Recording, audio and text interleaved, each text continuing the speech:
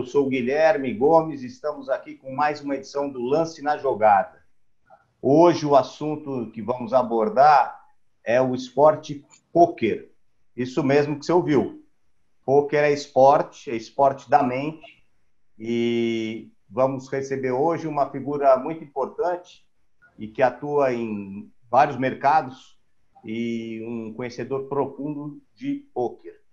Hoje conosco aqui está o Fábio Freitas, executivo-chefe da FCB Brasil, agência. O Fábio tem uma trajetória longa e de sucesso no mercado de comunicação e de agências de comunicação e de publicidade.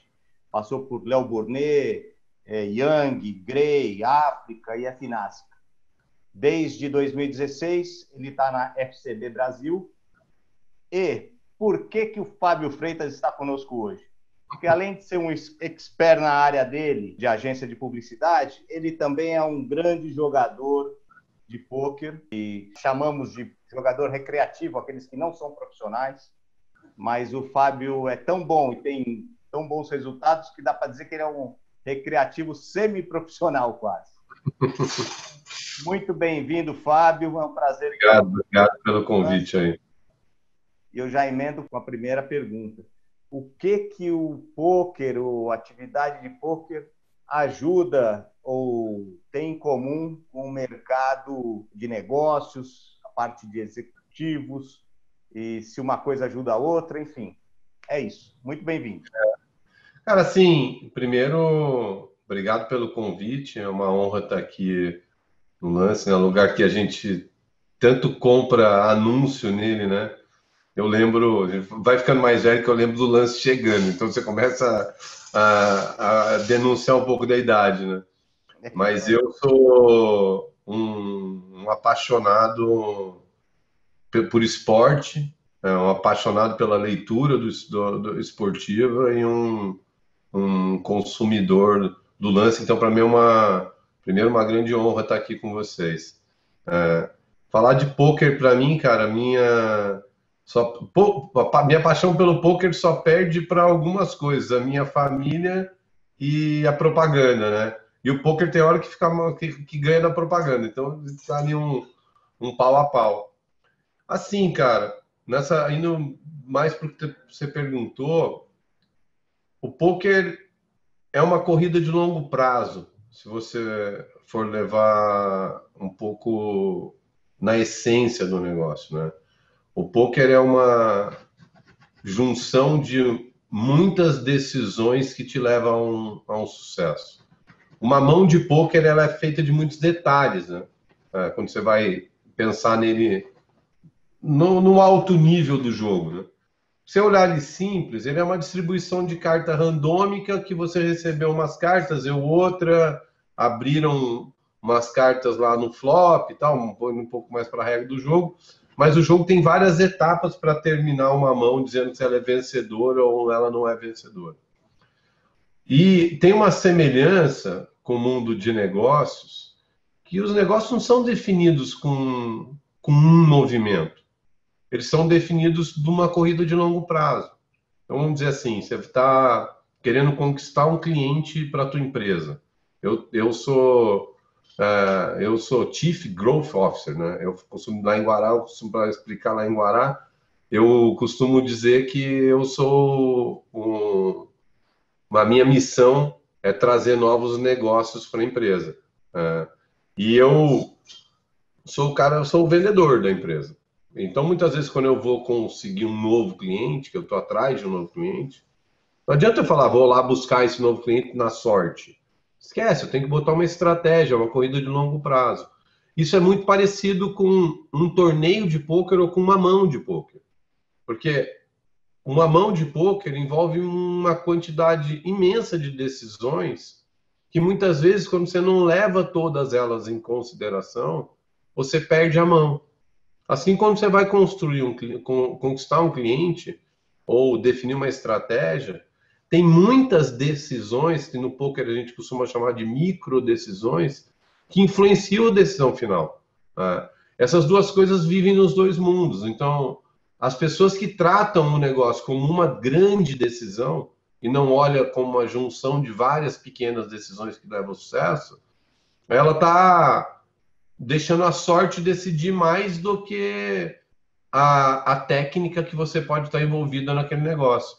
Então, quando você começa a entender isso mais macro do negócio do poker, você começa a ver uma ligação muito íntima com o negócio. Vou te dar um exemplo de uma micro decisão que às vezes a pessoa não toma cuidado, para ficar no mesmo frame, né? Estou tentando conquistar um cliente. Aí vou escrever um e-mail para ele. A boa definição do título do e-mail é importante nessa decisão.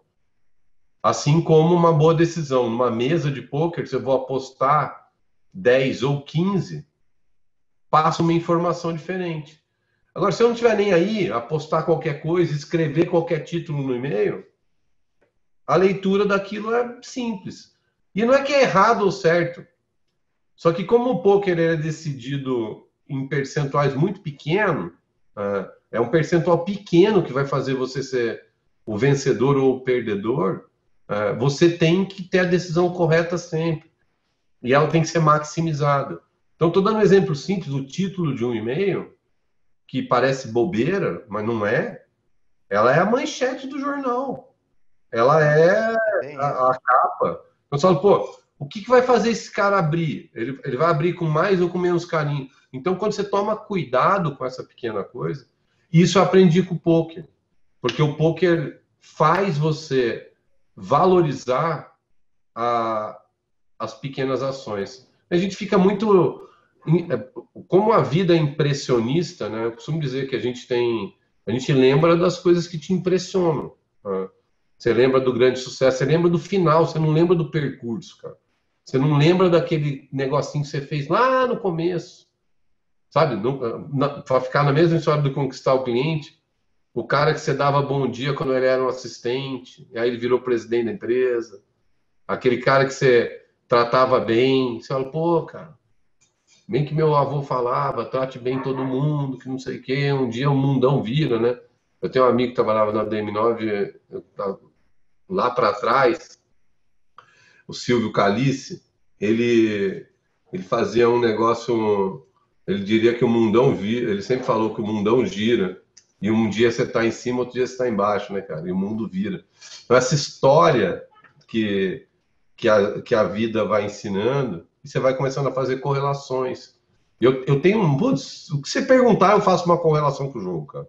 Porque o poker é muito fascinante e é muito complexo. E como eu estudo ele com profundidade, eu relaciono direto, cara. Tudo que você pergunta assim, eu relaciono. Às vezes fica até meio chato, porque eu fico fazendo leitura das coisas, a leitura de gente, a reação. Tipo agora, você está falando comigo, você ficou feliz aí, né, cara? Isso é uma relação positiva. No jogo acontece toda hora, toda hora. Quando você fala uma coisa que impacta bem a pessoa reage de formas positivas. E o cara, quando tá vendo a carta, sei lá, você recebeu um melhor no Texas Hold'em, que é a modalidade que você joga com duas cartas, né?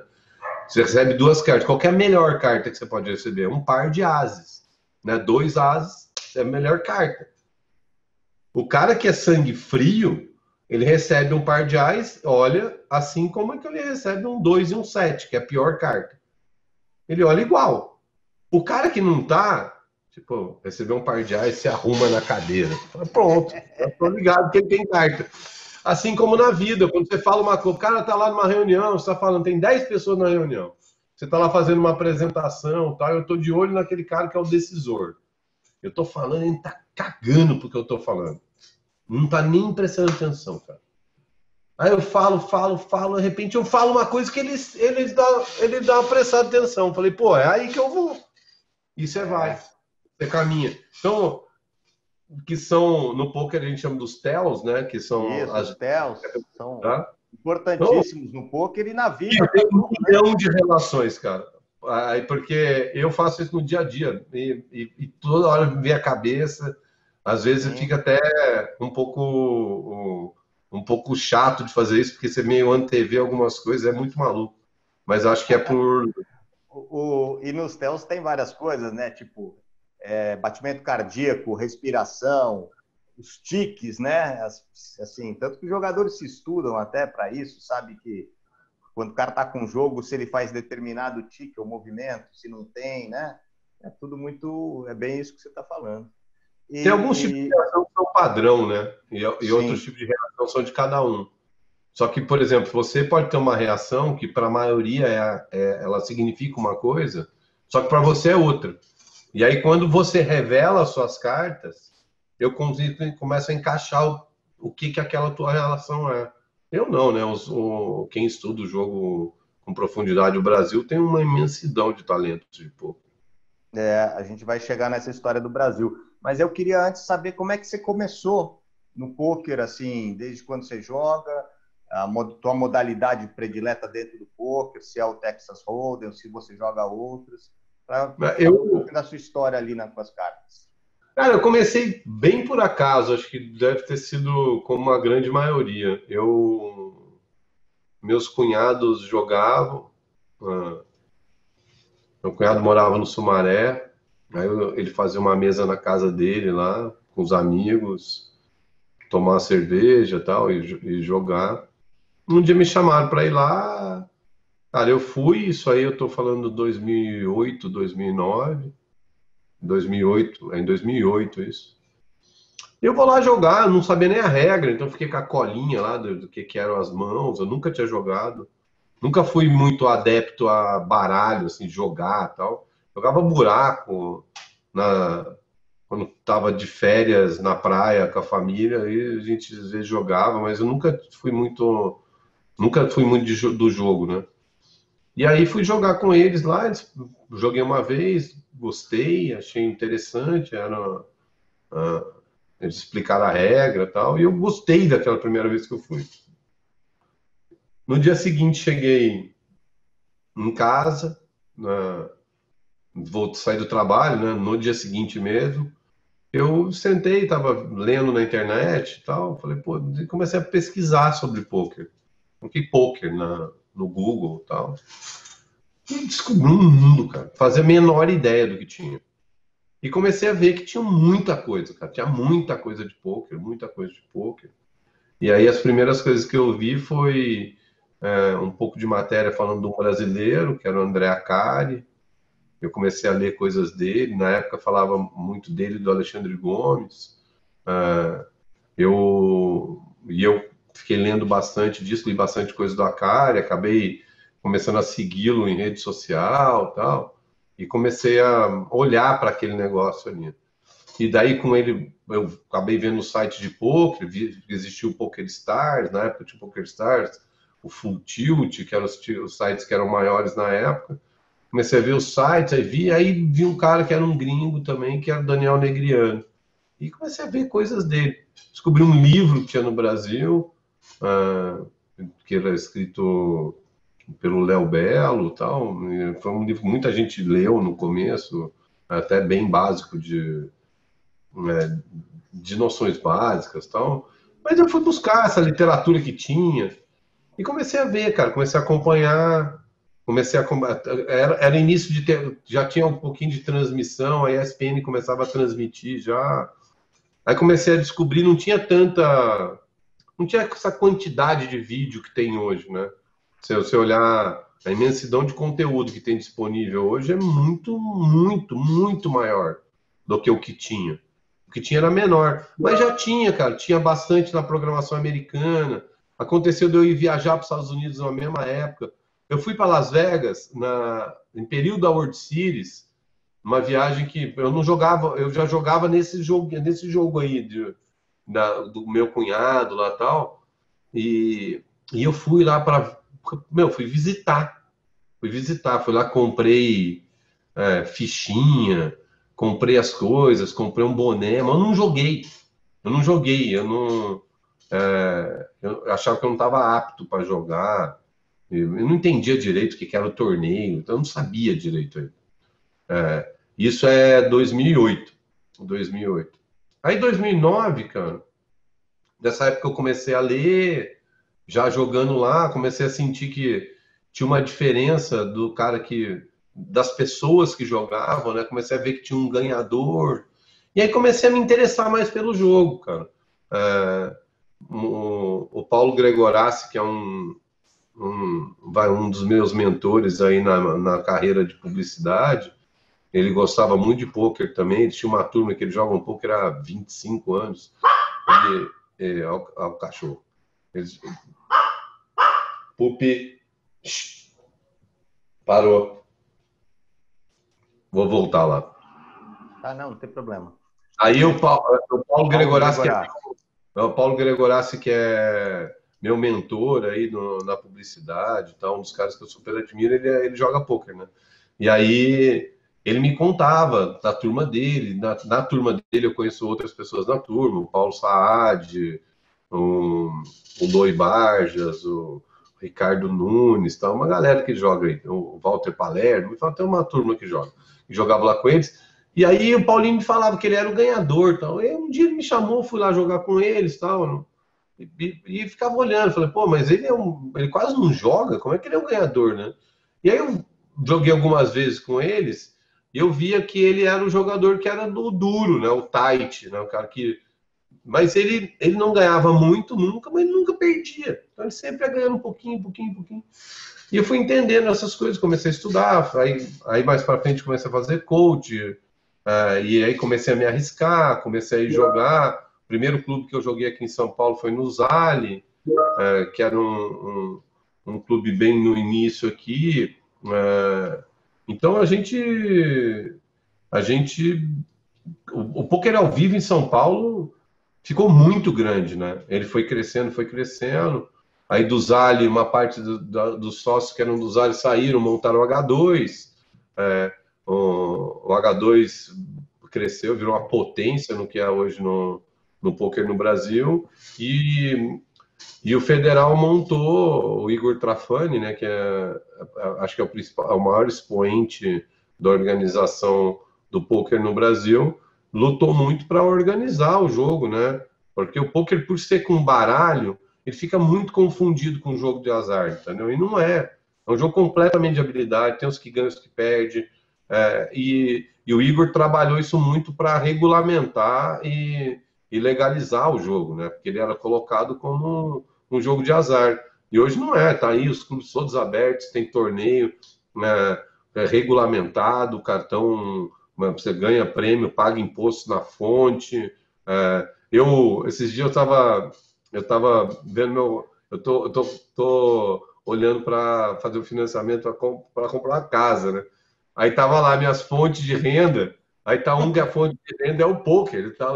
E eu não tinha visto, porque como tá na minha declaração, os ganhos do BSOP nos últimos todos anos, saiu lá, a Caixa colocou para mim como uma fonte. Eu falei, pô, olha que legal, cara. Eu não. Tudo bem que eu estou pondo na declaração, isso eu sabia, né? Eu não estou fazendo uma coisa que eu não sabia. Mas eu fiquei impressionado de uma forma positiva, eu olhando assim.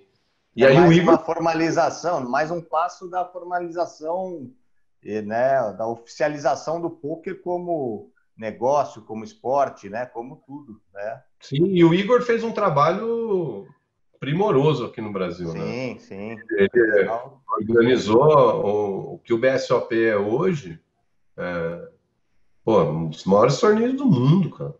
Sim. O volume de jogo online no Brasil, nos clubes de pôquer, nos aplicativos de pôquer, cara, é um business grande e crescente. E você, Fábio, sempre no Texas Hold'em ou você se aventura nas outras modalidades? Cara, eu não tenho muito tempo para me aventurar nas outras. A agência me consome bastante, né? Então eu tenho lá, trabalho todos os dias, então o meu foco principal é a agência. E o poker é um foco, vamos dizer que como você colocou aí, um hobby que eu levo com bastante carinho. Então, assim, eu acabo me faltando tempo. E eu acho o Texas Hold'em já tão complexo e tão difícil de você jogar ele em alto nível, que eu me dedico 100% a ele. Eu gosto muito dos outros jogos. Já me aventurei um pouco no Omaha, e Omaha de 5 cartas, mas eu posso dizer que eu não jogo esses jogos. Tipo, eu nunca jogo um torneio. O meu foco é o Texas Hold'em. E nele, como ele é muito evolutivo, aí no poker evolui muito, né? É quase com tendência, tem uma, uma época que está com uma tendência mais A ou mais B, eu preciso ter uma leitura disso. Como a gente joga a dinheiro e às vezes o volume de dinheiro não é pequeno, tem que estar muito focado para não perder dinheiro também. Mas eu me divirto bastante, me especializei e sou focado no Texas Hold'em. Tá certo. Fábio, e o poker e pandemia, como é que você está enxergando essa situação do momento? Explosão o poker. Explosão, o poker explodiu. O poker online, acho que não só para o poker, né? Os negócios que estão ligados com o ambiente online, e os que não estavam tiveram que se ligar, e os que já estavam foram para um outro nível. Então, os grandes torneios de pôquer mundiais que eram ao vivo saíram do ao vivo e migraram para online. Então, tem grandes séries online que estão grandes séries ao vivo que estão acontecendo online. Então, cara, os maiores torneios do mundo migraram para acontecer no universo digital. Não foi diferente aqui no Brasil. O BSOP aconteceu no universo digital. O WSOP está acontecendo agora, né? Está no meio da World Series acontecendo no ambiente digital. Aumentou a competição, tem muitos aplicativos, então tem muito jogo. Tem muito jogo. A pandemia acelerou muito e facilita demais, né? O ambiente digital, muito fácil. O jogo se forma mais fácil. E é igual trabalhar de home office, cara. Eu não fazia a menor ideia que ia dar tão certo trabalhar de home office. Muita gente está experimentando isso, exatamente. É uma mudança, né, de procedimento que está indo muito bem, né? Muitas empresas estão tendo uma produtividade melhor e melhores resultados, e um comprometimento maior e gastos menores, no final das contas. Sim. A gente determinou, você vê, eu tive um aprendizado na pandemia, que eu sempre tive dúvida de como funcionaria trabalhar em casa, sabe? Nunca aconteceu isso comigo. Nunca trabalhei em home office. Já tive um dia ou outro, mas trabalhar mesmo, não. Eu já trabalhei uma época que eu tinha a empresa principal que eu trabalhava, que era aqui em São Paulo, a sede era São Paulo, e eu trabalhava na filial do Rio. Então eu trabalhava muito com telepresença, mas era diferente de trabalhar em home office. Nessa lógica de trabalhar arquivos compartilhados, todo mundo no mesmo job, você tem que determinar um horário. O que aconteceu no início da pandemia? Comecei a fazer muita reunião. Porque marcava uma reunião, as reuniões começaram a ficar mais objetivas, não tem muita conversa prévia, né, na reunião, e você começou a otimizar o tempo. Então, reunião que durava 1 hora começou a durar 20 minutos. Porque sempre tinha aquela, e aí, beleza, não sei o quê, pô, e São Paulo? Não sei o quê. Como é que foi o final de semana? Pô, não tem nada a ver com o que você foi ali. Ninguém tem saco. Tinha um cafezinho, né? Putz, quer um café? Quero. Aí entra a pessoa do café, dá o café. Putz, tudo isso para, né? Vamos fumar um cigarro, isso aqui, pô. Acabou isso na pandemia, cara. Zerou. Então ficou tudo muito mais otimizado. O que aconteceu? Pô, teve dia que eu fiz 16 reuniões um dia. Falei, pô, 8 horas, dividi as 8 horas em meia hora, 25 minutos, pausa, pum, pum, pum, pum. Pô, fiz um monte de reunião. E super produtivo. Mas não trabalhei. Aí eu comecei a blocar tempo na minha agenda para eu trabalhar, para eu escrever, para eu pensar, para tentar blocar, porque senão fica reunião. E às vezes você fica fazendo reunião, eu comecei a ver que com o time a gente estava colocando todo mundo para trabalhar ao mesmo tempo. Aí o cara que precisava parar e fazer um layout ou parar e fazer uma estratégia. Não estava tendo tempo, porque estava em reunião.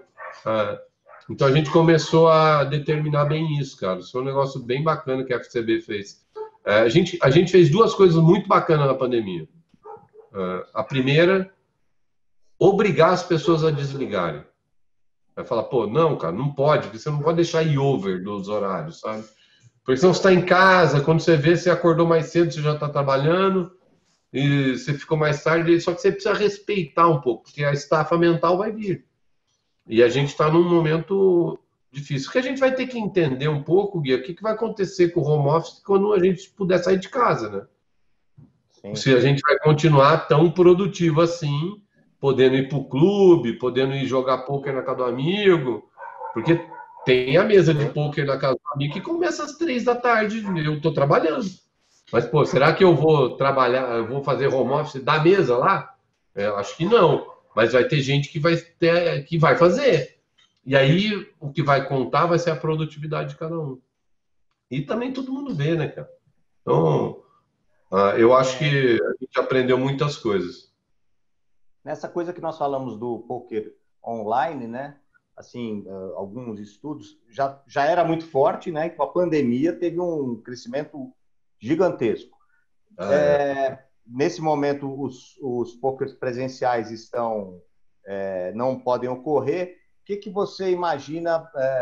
O presencial vai voltar com a importância que tinha, com a força que tinha? Eu, pessoalmente, acho que sim. Eu acho que vai ser um ganha-ganha. Assim, o online vai ganhar muito, como está ganhando, e o presencial também, porque vai ser uma forma das pessoas também gostam de se encontrar.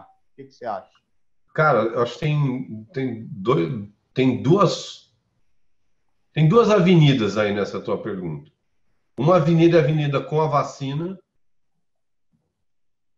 e a outra avenida é a avenida sem a vacina. Não, estou imaginando com vacina. Estou imaginando... A vacina acho que vai voltar, vai explodir tudo. Todo mundo vai ter tranquilidade de lidar, vão tratar a Covid. Porque são três coisas diferentes, né? Ao invés de duas, três, né? Tem a história da Covid com a vacina, comprovadamente eficiente, a Covid sem a vacina e a Covid que tenha um remédio que cure ela. Você fica doente, toma um remédio, sara. Se acontecer ou a vacina ou o remédio que sara, eu acho que tudo volta ao que era e vai voltar em outro nível de experiência. Eu acho que as pessoas vão voltar, vão querer, na hora que resolver, vai ter uma vontade de fazer muito grande, porque vai ter muita demanda reprimida. Então, assim, por exemplo, turismo. Eu acho que na hora que liberar, vai explodir o turismo, porque as pessoas vão ficar com vontade de viajar. Aí você vai entender, mas vai ter gente que vai perder, porque a economia vai machucar muita gente. Vai, mas vai ter tanta gente que não machucou também, que conseguiu andar, que conseguiu viver, que num primeiro momento a demanda que está reprimida vai estourar. Depois eu acho que ela vai baixar, porque daí vai precisar do cara que a economia machucou ele. Num primeiro momento acho que volta todo mundo muito rápido, os números voltam muito rápido, mas vai ter o cara que não tem dinheiro para voltar para o jogo. O jogo vai precisar de dinheiro. Então, o cara que a pandemia machucou economicamente ele de um jeito muito agressivo, esse vai demorar para voltar. Só que como vai ter uma demanda muito reprimida, vai parecer que no começo voltou muito rápido. Então vai ter um momento que é o momento inicial e um momento um pouquinho mais para frente. Se a economia acerta nesse meio do caminho, esse momento mais para frente, o cara que está machucado pela economia volta. Então eu acho que tende a ficar mais alto. Eu acho que para restaurante, por exemplo, é igual. Porque o poker ao vivo está muito parecido com o que acontece no restaurante, né? Como é que vai ser o movimento restaurante? Vai bombar ou não vai bombar? O restaurante, que é um ambiente fechado, que tem gente que está lá. Essas são as dúvidas. Se continuar a possibilidade do Covid ser transmitido do jeito que é hoje, eu acho que isso pode machucar tudo que é ao vivo. Exato. Agora, no cenário em que tenhamos vacina ou tenhamos remédio, também tem essa outra situação que você falou e que também atinge outros mercados, que eles já atuavam numa situação e vão agregar uma situação nova, como você disse, né? Por exemplo, isso serve para o pôquer. O BSOP tinha etapas somente presenciais. Ele pode, no momento em que voltar tudo, ampliar sua grade, ter os presenciais e mais alguns online. Né? Uhum. O Circuito Mundial, WSOP, pode fazer a mesma coisa, como está fazendo agora, no momento, o WSOP online. Uhum. Isso atinge outras áreas também, né? Como show. Sim. Já tinha umas experiências assim, né? Eu tinha o Party Poker, que é um outro site que é importante também no ecossistema. Ele já fazia os dias 1 dos torneios presenciais online. Então, Isso. pô, você só ia para um torneio, mix. você já estava classificado. Aí você fala, pô, mas isso é legal, não é legal? Eu falei, não sei, cara, é um modelo, uma regra, não tem uma regra pré-definida, né? Não tem uma coisa que é obrigatória. Fala, mas aí o cara que joga online tem vantagem, porque sobre o cara que não tem, porque o cara usa softwares para melhorar com leitura e com database dos jogadores que ao vivo não vai ter. Tem um monte de discussão, cara. E aí você vai ter o cara que é mais aberto e fala, pô, depende, tá aberto, a regra desse é essa, não é obrigado a jogar, não jogue. Se você acha que está sendo inválido. E você vai ter o cara que é mais romântico, que acha que está ferindo alguma coisa inicial, e vai ter algum inovador que vai achar legal. Eu acho que tem público para tudo, entendeu?